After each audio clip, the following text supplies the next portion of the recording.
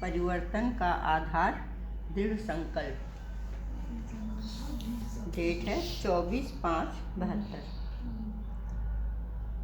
आज सर्व पुरुषार्थी आत्माओं को देख देख खुश हो रहे हैं, क्योंकि जानते हैं कि यही श्रेष्ठ आत्माएं सृष्टि को परिवर्तन करने के निमित्त बनी हुई हैं। एक एक श्रेष्ठ आत्मा नंबरवार कितनी कमाल कर रही है। कौन से तारीख के मरले है? कौन से नंबर है? तारीख बोले ना 24/5/72। ओके। वर्तमान समय भले कोई भी कमी व कमजोरी है, लेकिन भविष्य में यही आत्माएं क्या से क्या बनने वाली हैं और क्या से क्या बनाने वाली हैं। तो भविष्य को देख आप सभी की संपूर्ण स्टेज को देख हर्षित हो रहे हैं। सभी से बड़े ते बड़े रूहानी जादूगर हो ना। जैसे जादूगर थोड़े ही समय में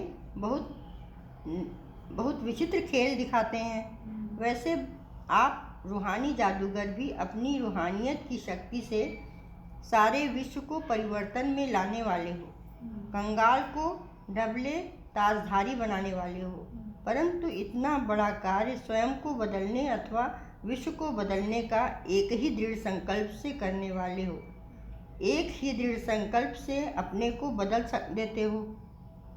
यह कौन सा एक दृढ़ संकल्प, जिस एक संकल्प से अनेक जन्मों की विस्मृति के संस्कार स्मृति में बदल जाए।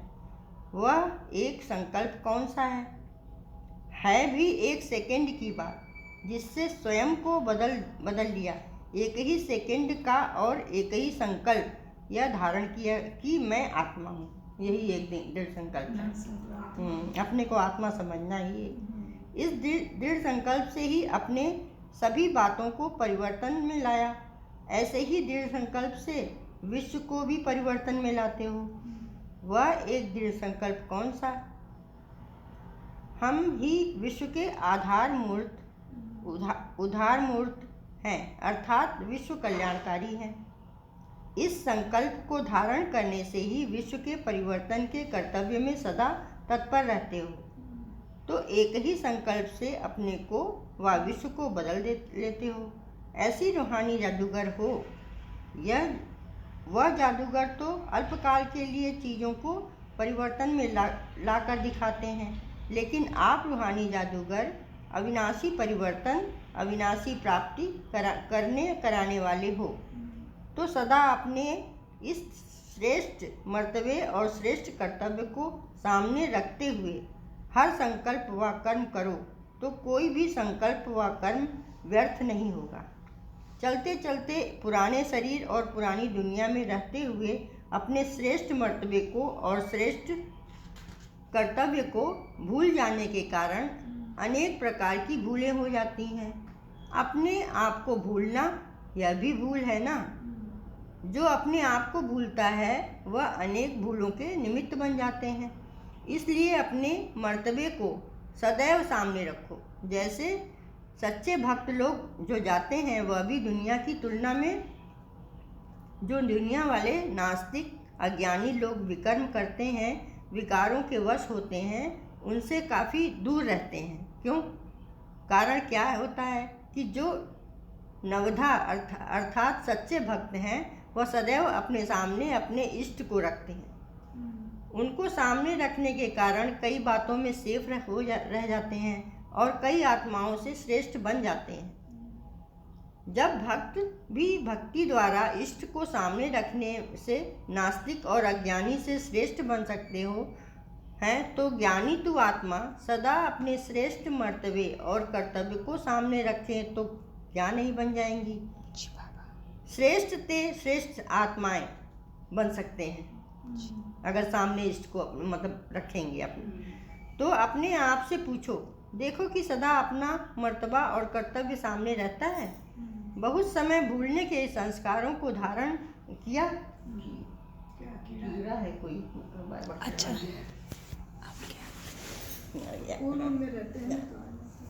मर गया शायद। ओके। लेकिन जब भी अगर बार बार भूलने के संस्कार धारण करते रहेंगे तो स्मृति स्वरूप का जो नशा व खुशी प्राप्त होनी चाहिए, वह कब करेंगे? स्मृति स्वरूप का सुख व स्मृति स्वरूप की खुशी का अनुभव क्यों नहीं होता है? उसका मुख्य कारण क्या है?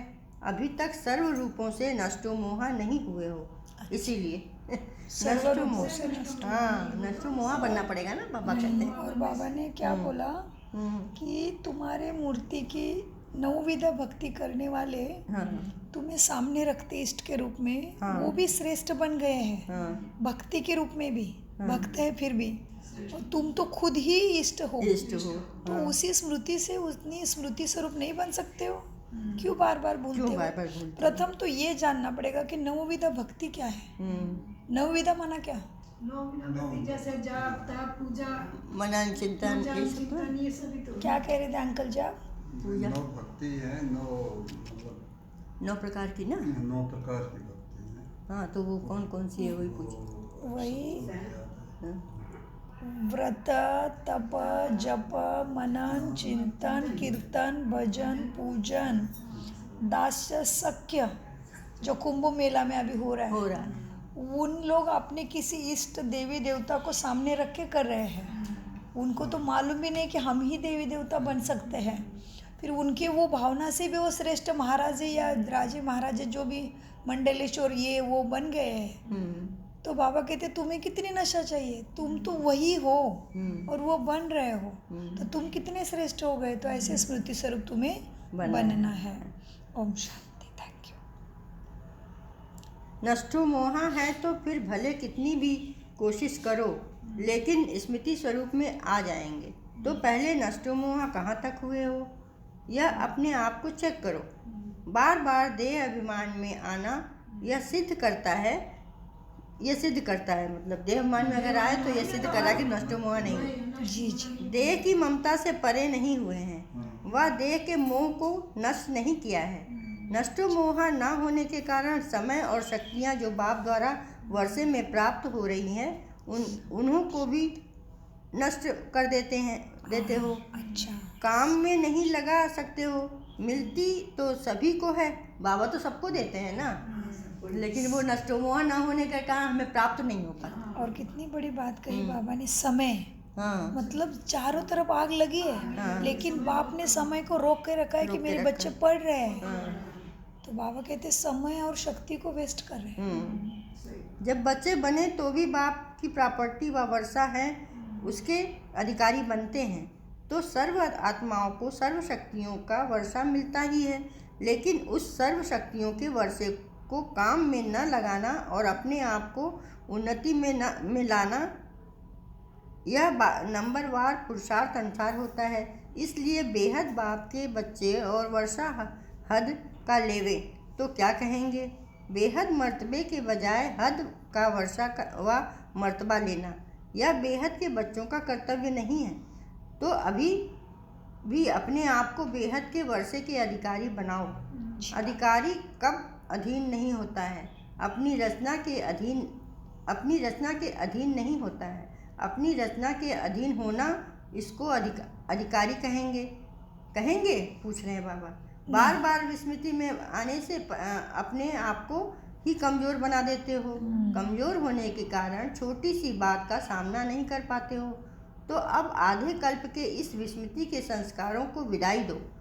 आज बाप दादा भी आप सभी से प्रतिज्ञा कराते हैं, जैसे आप लोग दुनिया वालों को चैलेंज करते हो कि विनाश में 4 वर्ष है, तो क्या 4 वर्ष के लिए भी आप अपने आप को सतो प्रधान नहीं बना सकते हो? प्रतिज्ञा करवा रहे हैं बाबा।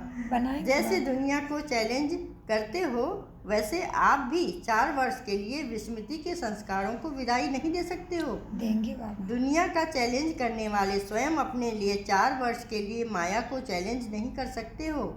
4 वर्ष के लिए माया जीत नहीं बन सकते हो।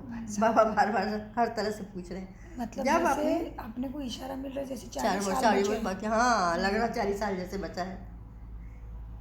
अब उन्हों को हिम्मत दिलाते हो, उल्लास में लाते हो, तो क्या आप में अपने प्रति अपने आप को हिम्मत उल्लास नहीं दे सकते हो? तो आज से सिर्फ 4 वर्ष के लिए प्रतिज्ञा करो कि कभी इस रूप में भी, किस परिस्थिति में भी माया से हारेंगे नहीं।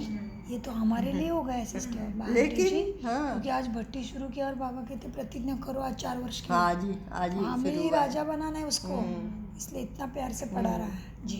Thank you. किस परिस्थिति में माया को से हारेंगे नहीं, लेकिन लड़ेंगे और विजयी बनेंगे। तो 4 वर्ष के लिए यह कंगन नहीं बांध सकते हो। जिन्हों को नॉलेज नहीं, शक्ति नहीं, उन्हों को भी राखी बांध बांध करके प्रतिज्ञा कराते हो।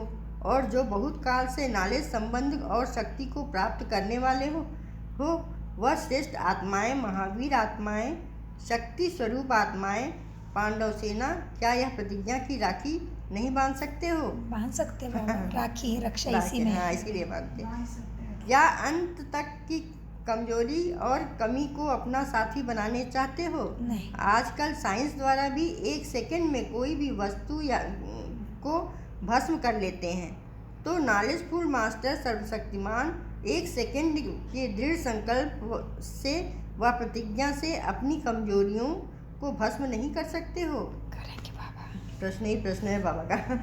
वह भी सिर्फ 4 वर्ष के लिए, ज़्यादा दिन भी नहीं है, 4 ही वर्ष के लिए है। जी जी। 4 वर्ष की प्रतिज्ञा सहज है व मुश्किल है, और को तो बड़े फोर्स फलक से यह पॉइंट देते हो। तो जैसे औरों को फलक और फकुर से कहते हो, वैसे ही अपने आप में भी विजयी बनने की फलक और फकुर नहीं रख सकते हो। पूरा पेज यही प्रश्न ही से है। तो आज से कमजोरियों चेक करना है हर कम पॉइंट से में। कम 4 वर्ष के लिए तो विदाई दे दो। जी। 4 वर्ष आपके लिए 4 सेकंड है ना। अभी या अभी यहाँ हो, सही बात है, अभी यहाँ हो, अभी वहाँ हो, अभी पुरुषार्थी, अभी फरिश्ता रूप। इतना समीप अपनी संपूर्ण स्थिति दिखाई नहीं दे रही है। जब समय इतना नज़दीक है तो संपूर्ण स्थिति भी तो नज़दीक है। इससे भी पुरुषार्थ में भले भरेगा। जैसे कोई को मालूम पड़ जाता है कि मंजिल अभी सिर्फ इतनी थोड़ी सी दूर है। मंजिल पर पहुंचने की खुशी में सभी बात भूल जाते हैं।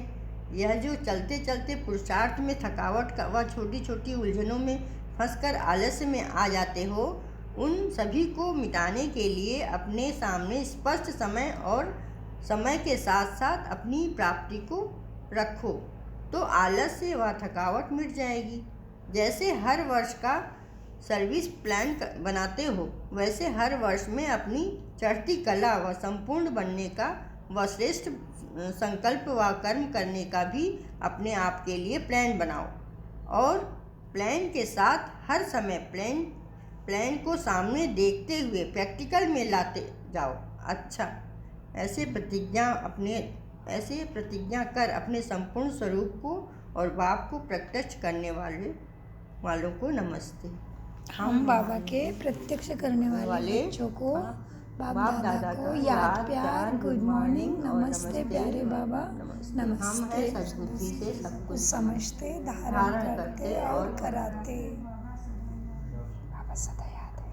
मीठे सारे प्यारे सारे हाँ थोड़ा ये के बाद बार बार देह अभिमान में सार है मुरली इसका, हाँ मुरली का बार बार अपने देह अभिमान में आना यह सिद्ध करता है कि देह की ममता से परे नहीं हुए हो। वह देह के मोह को नष्ट नहीं किया है। नष्टो मोह न होने के कारण समय और शक्तियाँ जो बाप द्वारा वर्षे में प्राप्त हो रही हैं, उन्हीं को भी नष्ट कर देते हो। काम में नहीं लगा सकते, इसलिए देही अभिमानी बनो। जी जी, देही अभिमानी बनो, नहीं तो नष्टो मोह नहीं बनने से नष्ट हो रहा है सब। प्राप्ति भी नहीं हो पाएगी। जी जी। मीठे प्यारे बाप दादा का अनगिनत पदम गुना शुक्रिया शुक्रिया शुक्रिया। कम बोलो, मीठा बोलो, सोच समझ कर बोलो। शुक्रिया बाबा। शुक्रिया।